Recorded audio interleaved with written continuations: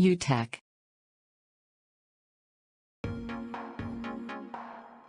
Press Windows key plus I to open settings.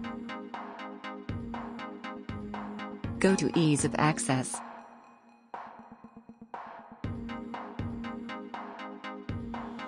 Scroll down and select Mouse.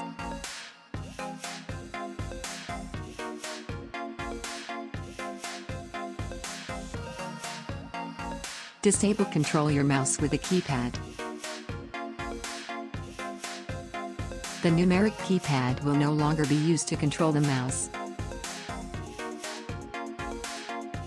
Thanks for watching. Subscribe and check other videos.